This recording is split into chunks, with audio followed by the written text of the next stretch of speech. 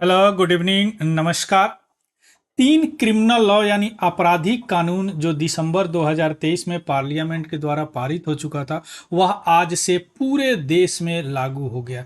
यानी 1 जुलाई 2024 से पूरे देश में लागू हो गया। अभी हम यहाँ पे यह समझने का प्रयास करेंगे कि ये तीनों क्रिमिनल लॉ है क्या, क्रिमिनल लॉ होता क्या है, और इसमें बहुत सारे नए अपराध जुड़े हैं। बहुत सारे नए अपराध जुड़े हैं। बहुत सारे अपराध के साथ अपसाइड यानी एडवांटेज, इसका बहुत अच्छी एडवांटेज भी है और बहुत डिसएडवांटेज भी कुछ देखेंगे जो क्रिटिक्स वगैरह बोलते हैं। ये सारे चीज अभी हम समझने का प्रयास करते हैं। चलिए शुरू करते हैं न्यूज से। जो तीन क्रिमिनल लॉ है वह 1 जुलाई यानी 1 जुलाई 2024 यानी 2024 से लागू हो चुका। अब तीन जो क्रिमिनल लॉ है, यह पहला जो है इंडियन पेनल कोड आईपीसी, जो 1860 से चल रहा था, या कॉलोनियल लॉ यानी ब्रिटिश युग से ही चल रहा था। यह जो लॉ है यह पूरे क्रिमिनल लॉ का सार प्रदान करता है, सारांश प्रदान करता है। यानी जो भी क्रिमिनल एक्टिविटी होते हैं इसी के तहत वह डिफाइन होता है कि हाँ, इन्होंने यह क्रिमिनल एक्टिविटी किया है, यह अपराध किया है। इसका नाम चेंज कर दिया गया, अब हो गया है भारतीय न्याय संहिता यानी बीएनएस, यानी आईपीसी से अब बीएनएस हो गया और यह पूरे देश में अब लागू हो गया आज से। उसी तरह क्रिमिनल प्रोसीजर एक्ट सीआरपीसी का नाम आपने सुना होगा। 1973 में अमेंडमेंट हुआ था। यह भी 19वीं शताब्दी से ही चल रहा है। यह क्या करता है, जो भी लॉ इन्फोर्समेंट होता है उसका एक प्रोसीजर बताता, तरीका बताता, इसमें दिया गया है। इसका नाम बदल के भारतीय नागरिक सुरक्षा संहिता यानी बीएनएसएस कर दिया गया, यानी सीआरपीसी से बीएनएसएस हो गया। उसके बाद आता है इंडियन एविडेंस एक्ट 1872। या एविडेंस से रिलेटेड इस एक्ट में किस तरह एविडेंस, जैसे मीडिया कम्युनिकेशन यानी वीडियो कॉन्फ्रेंसिंग वगैरह अलाउ नहीं था कुछ केसेस में, अब अलाउ कर दिया गया है ना। इसका नाम बदल के भारतीय साक्ष्य अधिनियम बीएसए कर दिया गया, यानी इंडियन एविडेंस एक्ट आईईए अब हो गया बीएसए। ये बदल के पूरे देश में आज से लागू हो गया और इस पे केस भी रजिस्टर्ड सबसे पहले दिल्ली में हो चुका है, या नए आपराधिक कानून से। आया बात समझ में? अब आप लोगों के दिमाग में यह बात हो रहा होगा आपराधिक कानून क्या है और सिविल कानून क्या है। देखिए, इंडिया में मेनली दो तरह के कानून चलते हैं, एक आपराधिक कानून क्रिमिनल लॉ और दूसरा सिविल लॉ। क्रिमिनल लॉ होता है कि कोई एक्टिविटी, कोई ऐसा काम जिससे पूरे समाज पे असर पड़े, और इसमें दो पार्टी होते हैं। जैसे मैरिज एक्ट यानी शादी दो ही आदमी में होगा, डाइवर्स एक्ट डाइवर्स दो ही आदमी होगा, कंज्यूमर कोई बेचेगा कोई खरीदेगा, है ना। और आपराधिक कानून में क्या होता है, कोई ऐसा एक्ट जिसका असर पूरे समाज पे पड़ता है।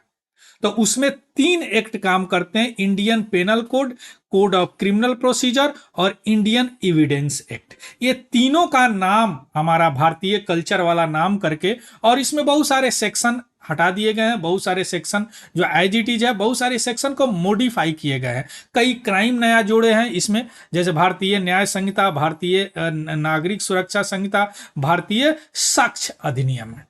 अब हम एक एक करके थोड़ा सा इंपॉर्टेंट इसका पॉइंट जानने का प्रयास करते हैं। सबसे पहले देखते हैं, चूंकि आईपीसी क्या है, भारतीय न्याय संहिता या कानून का सार है। कानून कौन सा? आपराधिक कानून, क्रिमिनल कानून का सार है। क्लियर? अब इसमें क्या क्या नए क्राइम जुड़े हैं इसके बारे में थोड़ा सा बात कर लेते हैं। नए क्राइम सबसे पहले बीएनएस में, यानी भारतीय न्याय संहिता जो पहले आईपीसी था, इंडियन पेनल कोड, उसमें क्लॉज 69 में एक नया अपराध जोड़ा गया है। वह नया अपराध क्या है कि कोई अगर डिसीटफुल मीन से यानी कपटी मीन से, तरीके से, या धोखेबाजी या गलत बोल के अगर किसी के साथ शादी करता है या सेक्सुअल इंटरकोर्स करता है, उसको सजा का प्रावधान है। यह पहले नहीं था, या पहली बार जोड़ा गया। यानी डिसीटफुल मीन्स यानी कपटीपूर्ण तरीके से, धोखे तरीके से कोई प्रोमिस करता है किसी औरत से, है ना, कि हाँ आप ये काम कर दीजिए, हम आपसे शादी कर लीजिए, हम आपका ये काम कर देंगे, और वह पूरा नहीं करता है तो यह पनिशमेंट दिया जाता है, इम्प्रीजमेंट में 10 साल तक उनको जेल की सजा हो सकता है और उनको फाइन भी हो सकता है। यह पहला बार यह क्राइम नया जोड़ा गया है। अभी डिसीटफुल मीन, इसी में सेक्शन में डिसीटफुल मीन यानी इसी खंड में 69 खंड में बताया गया है कि जैसे अब कोई औरत को कोई महिला को बोला गया कि आप हमसे शादी कर लो, हम आपको रोजगार देंगे, आपको अगर रोजगार में है तो प्रमोशन दे देंगे, है ना, इंड्यूसमेंट करेंगे कोई, या कोई शादी करता है अपना आइडेंटिटी छिपा के, जैसे कई लोग होते हैं कि शादी उनकी हो चुकी होती है फिर एक महिला से शादी कर लेते हैं, यानी अपना आइडेंटिटी छिपा के, अगर ऐसे पकड़े जाएंगे तो उनको 10 साल तक की कैद की सजा हो सकता है।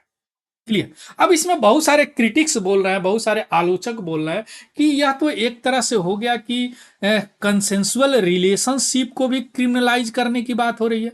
मान लीजिए कि कोई महिला किसी से शादी हुआ और बाद में अगर उससे किसी तरह का मतभेद होता है तो इस तरह का फॉल्स क्लेम कर सकती है ना। तो यह क्या होगा, यह कंसेंसुअल रिलेशनशिप यानी अपने मर्जी से बनाया गया रिलेशनशिप को भी एक तरह से यह खत्म करने के क्रिमिनलाइजेशन की बात हो रही है ना। यानी कई लोग इसको लव जिहाद को भी नैरेटिव में ला रहे हैं, है ना, लेकिन ऐसा नहीं है, यह एक न्यू क्राइम जोड़ा गया है। क्लियर। हम अब आते हैं बीएनएस के दूसरे क्लॉज यानी 103 क्लॉज की बात करते हैं। इसमें है पहली बार जो है या किसी आदमी किसी भी क्राइम को जो है मर्डर ऐसा कंसीडर किया गया है, रिकॉग्नाइज किया गया है, किस ग्राउंड पे, रेस, कास्ट, जाति, कम्युनिटी के आधार पर उसको सेपरेट क्राइम ऑफेंस माना गया है। आ रहा बात समझ में। यानी यह प्रेरित है कहां से, सुप्रीम कोर्ट ने 2018 में सेंटर को बोला था कि भैया आप एक अलग से कानून बनाओ लिंचिंग के लिए। लिंचिंग मतलब क्या होता है, कोई आदमी किसी एक आदमी को बहुत सारे मिलके मार देते हैं, तो उसमें कोई कानून ही नहीं था अभी हमारे पास। तो अब यह बीएनएस में वह कानून एक सेपरेट अपराध घोषित किया गया है। आया बात समझ में। लिंचिंग का कोई कानून था नहीं था अभी तक, सेपरेट तरह तरह के सेक्शन लगाया जाता था आईपीसी में, सेपरेट नहीं था, अब लिंचिंग का सेपरेट कानून बन गया। आया बात समझ में। दूसरा जो है बीएनएस में है पहली बार यह ऑर्गेनाइज क्राइम और टेरर यानी आतंकवाद को इंक्लूड किया गया है।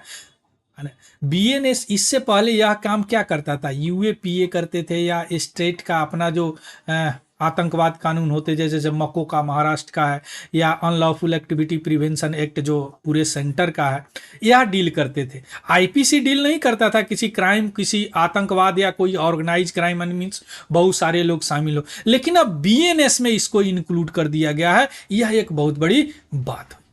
यूएपीए तो है ही, अब बीएनएस में, यानी बीएनएस समझ रहे हैं ना, भारतीय न्याय संहिता, पहले या क्या था, इंडियन पेनल कोड। क्लियर। इसके अलावा स्नैचिंग यानी झपटमारी, जो मोटरसाइकिल पे जाते हैं चैन खींच लेते हैं, उसको भी डिफाइन किया गया है पहली बार क्लॉज 304(1) में एक नया क्राइम। और यह चोरी से अलग है, चोरी नहीं है, पहले तो चोरी था, अब एक स्नैचिंग यानी झपटमारी को एक नया क्राइम घोषित किया गया है। हालांकि चोरी और झपटमारी को 3 साल तक ही मैक्सिमम सजा की व्यवस्था है जेल में, लेकिन इसको नया क्राइम घोषित किया गया है बात समझ में। इसके अलावा भी बहुत सारे छोटे छोटे चेंजेस हुए हैं, जैसे ट्रायल और जजमेंट जो है, जो देश छोड़ के या कहीं भाग जाते हैं उनको भी करने की बात अभी हो रही है इसमें। इसके अलावा टेक्नोलॉजी की अलाउ करने की बात हो रही है इंडियन एविडेंस एक्ट में। फॉरेंसिक साइंस और इन्वेस्टिगेशन ऑफ क्राइम, सारे में टेक्नोलॉजी यूज करने की बात हो रही है ना। यानी किसी को अगर समन जारी करना है तो इलेक्ट्रॉनिक कम्युनिकेशन से भी किया जा सकता है, जैसे मान लीजिए समन जारी कर दो, मैसेज भी भेजा जा सकता है ना। इसके अलावा कोई रेप पीड़िता है यानी बलात्कार का कोई पीड़िता है, उसका स्टेटमेंट जो रिकॉर्ड करेगी वह वुमेन पुलिस पर्सनल करेंगी, और उसमें उनके इस विक्टिम का, इस पीड़िता का कोई अपना गार्जियन या रिलेटिव वहां पे प्रेजेंट होगा, है ना। अब इसका जो मेडिकल रिपोर्ट है वह 7 दिन के अंदर आनी चाहिए। इसके अलावा और भी कोई 0 एफआईआर या ईएफआईआर की व्यवस्था की गई है ना, यानी कहीं से आप एफआईआर कर सकते हैं। इसके अलावा नॉन कंसेंसुअल होमोसेक्सुअल एक्टिविटी है, इसको हटा दिया, इस सेक्शन को ही पूरी तरह हटा गया आईपीसी 377, है ना। इसमें सेम सेक्स में कंसेंसुअल को तो क्रिमिनलाइज से हटा दिया था सुप्रीम कोर्ट, लेकिन नॉन कंसेंसुअल अभी भी अपराध था, इस पूरे सेक्शन को ही हटा दिया गया। इसके अलावा कोई लड़की अगर 12 ईयर से कम है और उसका रेप होता है तो इसमें 20 साल की सजा है मिनिमम, इस बीएनएस में इंक्लूड किया गया है। क्लियर। अब हम आते हैं कुछ इसका एडवांटेज अपसाइड, अच्छी बात क्या है। इस न्यू लॉ में, क्रिमिनल लॉ जो तीनों है न्यू लॉ, इसमें बहुत अच्छी बात है कि पहली बार एक सजा के रूप में कम्युनिटी सर्विस इंक्लूड किया गया है, यानी सामुदायिक सेवा। अगर कोई या सामुदायिक सेवा जो है बहुत छोटे छोटे ऑफेंस के लिए, जैसे छोटा सा कोई चोरी किया या मानहानि, किसी को गाली दे दिया, या कोई इसलिए सुसाइड करना चाह रहा है कि कोई पब्लिक ऑफिसर है या काम न करे, है ना। मान लीजिए कोई आदमी है, अब वह कोई गलत काम या कोई काम कर रहा है, पब्लिक ऑफिसर अगर कोई काम कर रहे हैं तो यह सुसाइड इसलिए कर रहा है कि यह काम अगर कर लेंगे तो, अगर करेंगे तो मैं सुसाइड कर लूंगा, हालांकि यह काम सही है। तो इसके इस अपराध के लिए कम्युनिटी सर्विस डिफाइन नहीं है लॉ में, या जज के ऊपर डिस्क्रिशन पावर के ऊपर छोड़ा गया है। लेकिन कम्युनिटी सर्विस में अभी तक ऐसा माना जा रहा है कि जैसे कोई कम्युनिटी है, जैसे मान लीजिए कोई अनाथालय है, मान लीजिए कोई पूजा घर है, मान लीजिए कोई ऐसा चीज है जिसमें कम्युनिटी का काम होता है, वहां पे सेवा के लिए लगा दिया जाएगा। जैसे भंडारा चल रहा है तो बर्तन साफ करो सबका, यही आपकी सजा है। क्लियर। चलिए, इसके अलावे जो सेक्सुअल इंटरकोर्स की बात हो रही है माइनर वाइफ से, उसको रेप के विक्टिम में लाया गया है, लेकिन माइनर को यहां डिफाइन किया गया है 15 ईयर, 15 ईयर। अब बहुत लोग जो मांग कर रहे थे कि मैरिटल रेप यानी वैवाहिक बलात्कार को भी इंक्लूड किया जाए, तो एक तरह से इनडायरेक्ट में इंक्लूड कर लिया गया, लेकिन उसमें जो महिला होनी चाहिए उसकी एज 15 ईयर से कम होनी चाहिए। क्लियर। इसके अलावा वीडियो कॉन्फ्रेंसिंग ट्रायल अभी आप देखे हैं, टाइमलाइन स्पीडी ट्रायल की बात हो रही है, जस्टिस डिलीवरी की बात हो रही है, लेकिन ये सारी चीजें इस पे डिपेंड करता है कि ग्राउंड पे कैसे इंप्लीमेंटेशन होता है। आज से तो लागू होगा, अगर ग्राउंड पे इंप्लीमेंटेशन होगा तब तो बहुत अच्छी बात है ना। अब हम आते हैं कि इसका कुछ ग्रे एरिया भी देखते हैं, कुछ ग्रे एरिया देखते हैं इसका, मीन्स कुछ कंसर्न देखते हैं। हालांकि गवर्नमेंट ऐसे बोल रहे हैं कि यह जो है अनाउंसमेंट है गवर्नमेंट को, जो 3 लॉ जो है वह सेडिशन मीन्स क्या होता है, सेडिशन को पूरी तरह हटा दिया गया है ना। राजद्रोह वगैरह होते हैं ना, लेकिन इसको हटाया नहीं गया, इसका नाम चेंज कर दिया गया। पहले राजद्रोह जो था उसको अब देशद्रोह कर दिया गया है। हालांकि कई बार सुप्रीम कोर्ट ने भी बोला कि इस सेडिशन को, यार कोई अगर कुछ बोलता है तो उसको जेल में बंद कर दिया जाता है, तो सेडिशन को हटा देना चाहिए, लेकिन इन्होंने हटाया नहीं। क्या किया, इसको पहले राजद्रोह था उसके जगह देशद्रोह लिख दिया। इसके अलावा भी एक कंसर्न की बात कहा जा सकता है कि रेप के केस में हमेशा महिलाएं ही विक्टिम होती है। बहुत समय से मांग हो रही है कि विक्टिम यानी पीड़ित मेल भी हो सकता है। अब यहां पे बीएनएस क्या किया कि इस कंटेंशियस इशू को, यानी सेक्शन 377 को पूरी तरह खत्म कर दिया गया आईपीसी से। अब 377 क्या है, 377 जो है, या सुप्रीम कोर्ट जो है 2018 में, केस का नाम था नवजेत सिंह जौहर वर्सेस इशूज यूनियन ऑफ इंडिया। इसमें जो है consensual sex among adults 2000 same sex, यानी दो मेल यानी सेम सेक्स के बीच में अगर कंसेंसुअल सेक्स होता है तो उसको क्रिमिनलाइज नहीं किया जाएगा, अपराध नहीं घोषित किया जाएगा। क्लियर। हालांकि सेक्शन 377 था, सेक्शन से आईपीसी से हटाया नहीं गया था, और यह लगता था, कब लगता था, जब वह नॉन कंसेंसुअल हो जाए या बिना मर्जी का हो जाए। दो सेम सेक्स में भी बिना मर्जी का अगर है तो यह 377 लग जाते थे उस समय, है ना। अब जो यह माना जाता था कि यही एक सोर्स है जो कि मेन के साथ, रेप ऑफ मेन के साथ यह लागू किया जा सकता है, थोड़ा सा मॉडिफाई करके, है ना। यानी रेप को जेंडर न्यूट्रल बनाने की बात हो रही थी, यानी रेप केवल महिला का नहीं हो सकता, पुरुष का भी हो सकता है, ऐसी बात चल रही थी। तो 377 को एक अपवाद के रूप में देखा जा रहा था, लेकिन जो बीएनएस है जो आज से लागू हो रहा है, इस सेक्शन को ही खत्म कर दिया। यानी कंसेंसुअल तो सुप्रीम कोर्ट खत्म कर दिया था, लेकिन अब जो नॉन कंसेंसुअल जो है, बिना मर्जी का जो चल रहा था, अब यह पूरे सेक्शन को ही खत्म कर दिया गया। यानी अब कुछ क्रिटिक्स लोग बोल रहे हैं कि रेप लॉ जो बलात्कार का कानून है अभी भी जेंडरल न्यूट्रल नहीं है, यानी यह हमेशा महिलाओं के फेवर में ही है। ऐसा माना जाता है कि हाँ, रेप मीन्स केवल महिला का ही बलात्कार हो सकता है बात समझ में? चलिए, so this is all about the news. तो आपने देखा जो क्रिमिनल लॉ आज जो लागू हुए हैं हमारे, जो कॉलोनियल एरा से चल रहे थे, ब्रिटिश एरा से चल रहे थे, जब से हम गुलामी के समय से 19वीं शताब्दी 1860 72 ऐसे चल रहे थे, वह नाम बदल के उसको मॉडिफाई करके कुछ नए क्राइम जोड़ के, है ना, आज 1 जुलाई 2023 से पूरी तरह लागू हो गया, है ना, वही अभी हम डिस्कस किए हैं।